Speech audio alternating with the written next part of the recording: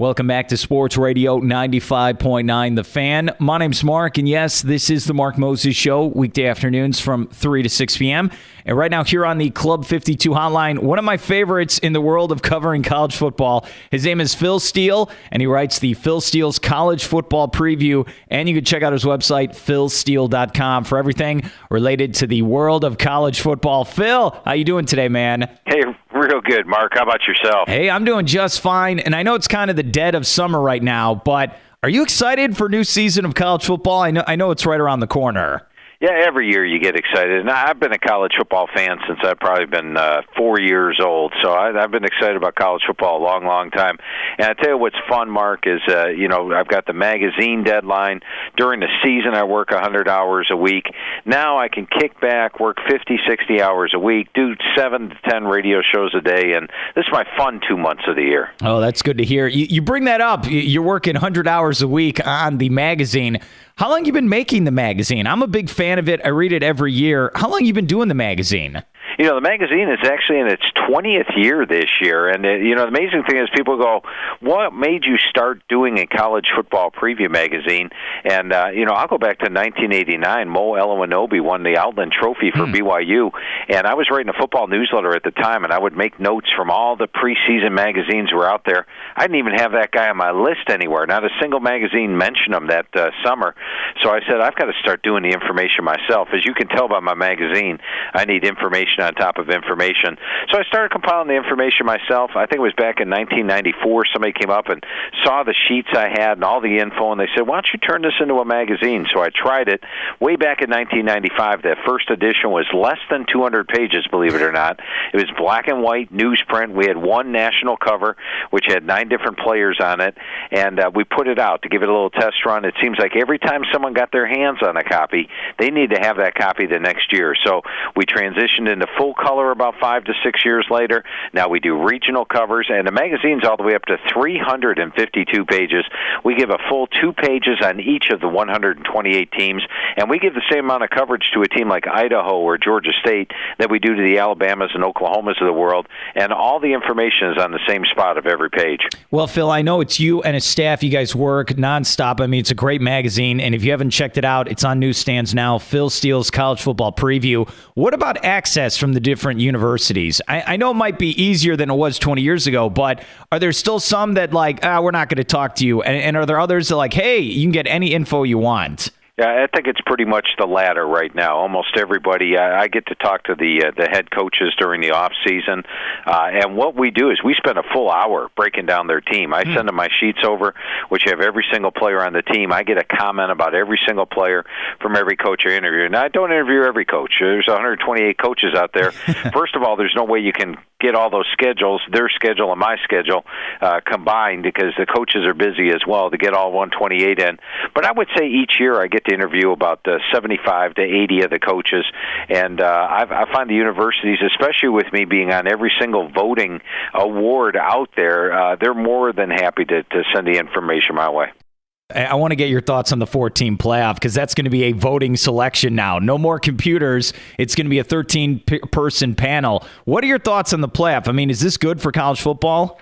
Back in 1990, I penned my first article about the perfect system for college football. I said, BCS is having some problems right now. Here's my perfect system, which will solve everything. It's a 4-team playoff. Let's go number 1 against number 4, number 2 against number 3. And if we do that, A, you keep the bowls happy, and the bowls, I think, are a great part of college football. B, the college football regular season is the best regular season of any sport, college or pro. It means the most. There's not wild card teams that are getting in there and winning championships. See, you don't end up with one of those 16-team playoffs where it becomes a battle of attrition. Which team stays healthiest in the playoffs, and those are the ones that wins the title. And when I added it all together, I started writing the article each and every year. So 1990, 91, 92, 93, on and on. It was over a decade I wrote the article, and finally, college football has adopted that exact plan, 1 against 4, 2 against 3. I hope we keep it at the 4 teams. I think if Alabama and Florida State go the season unbeaten this year, they already have to play 1 extra game to get to the championship game. I don't want them playing 3 or 4 games just to qualify for the championship and let some team with 3 or 4 losses in there. So let's keep it at the 4-team playoff. I think it's a perfect scenario. Do you feel like the strength of schedule is going to be key, where maybe we won't have many cupcakes on the schedule moving forward? I mean, what do you think is going to happen, Phil?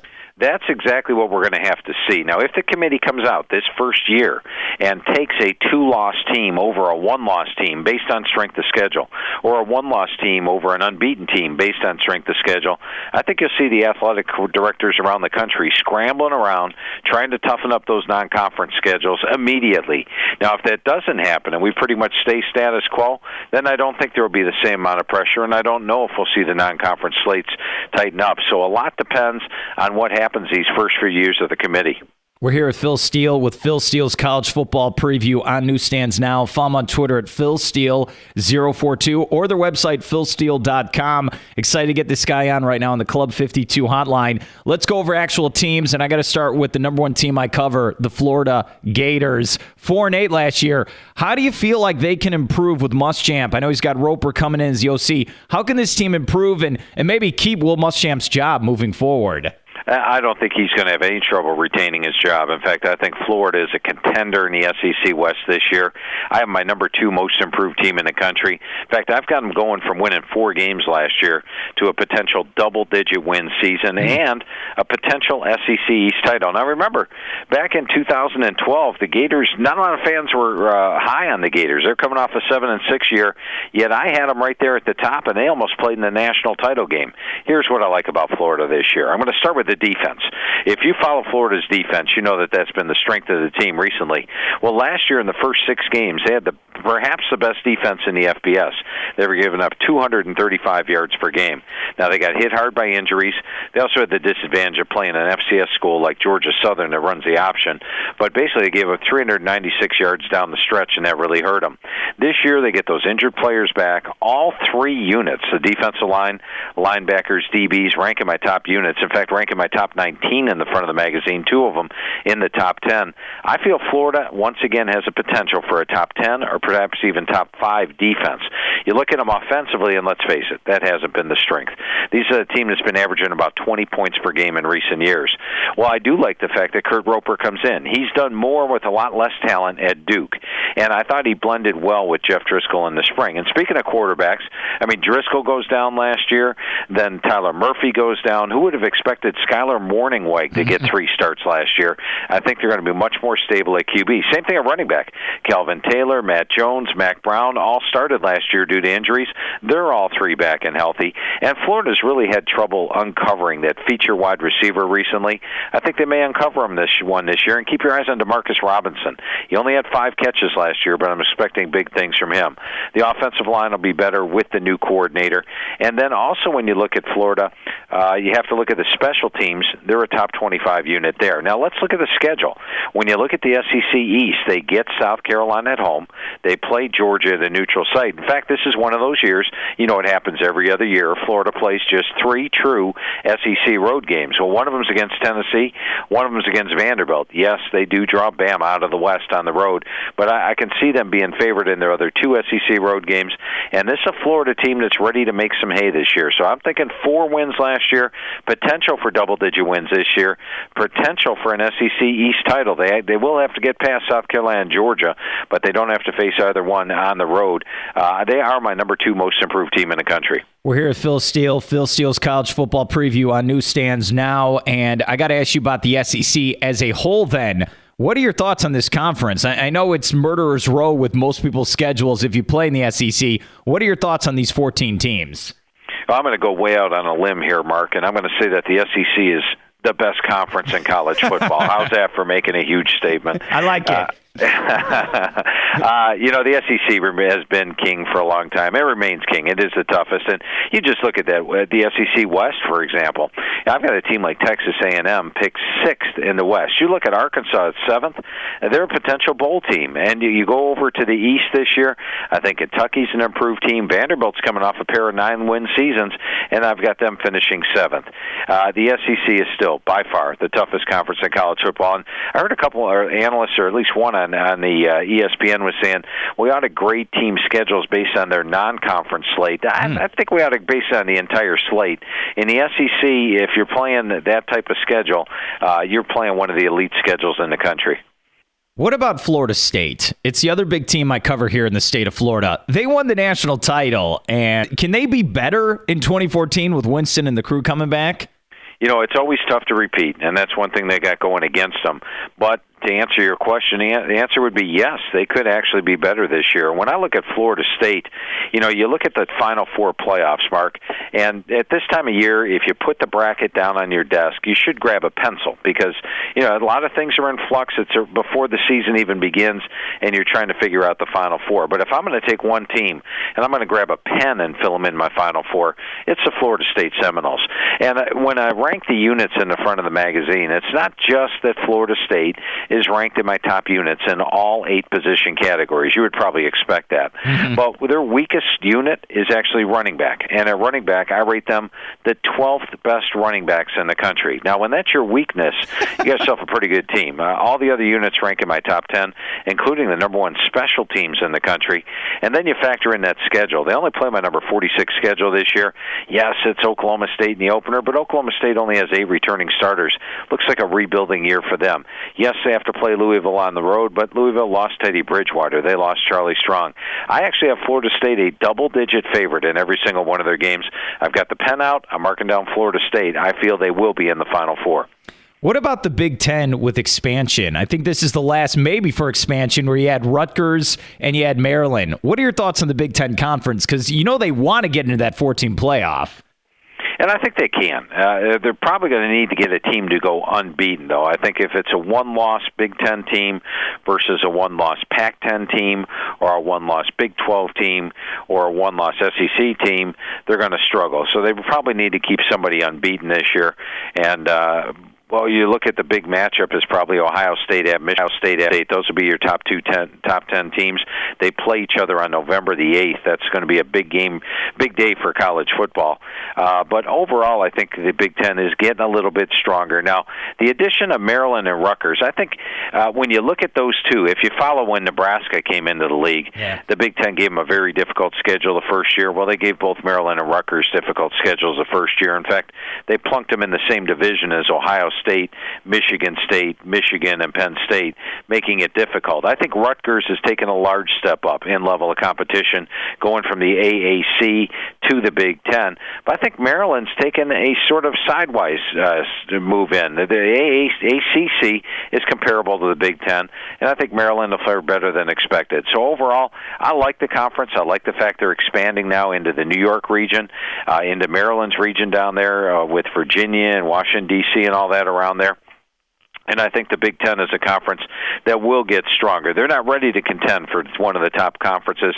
They're going to have to start winning some bowl games, winning a better share of their non-conference games before they start impressing folks around the country. We're here on the Club 52 hotline with Phil Steele. His magazine is Phil Steele's College Football Preview. Pick it up today on newsstands. 2 more for you. I know you're a busy man. Okay.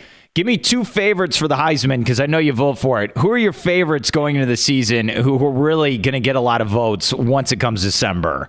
Well, I think Winston will get a lot of votes because, as mentioned, I think Florida State can run the table, go unbeaten again this year, and that would put him towards the top of the list. But I'm not picking Winston to win the Heisman for a couple of reasons. It's very difficult for a Heisman Trophy winner to repeat.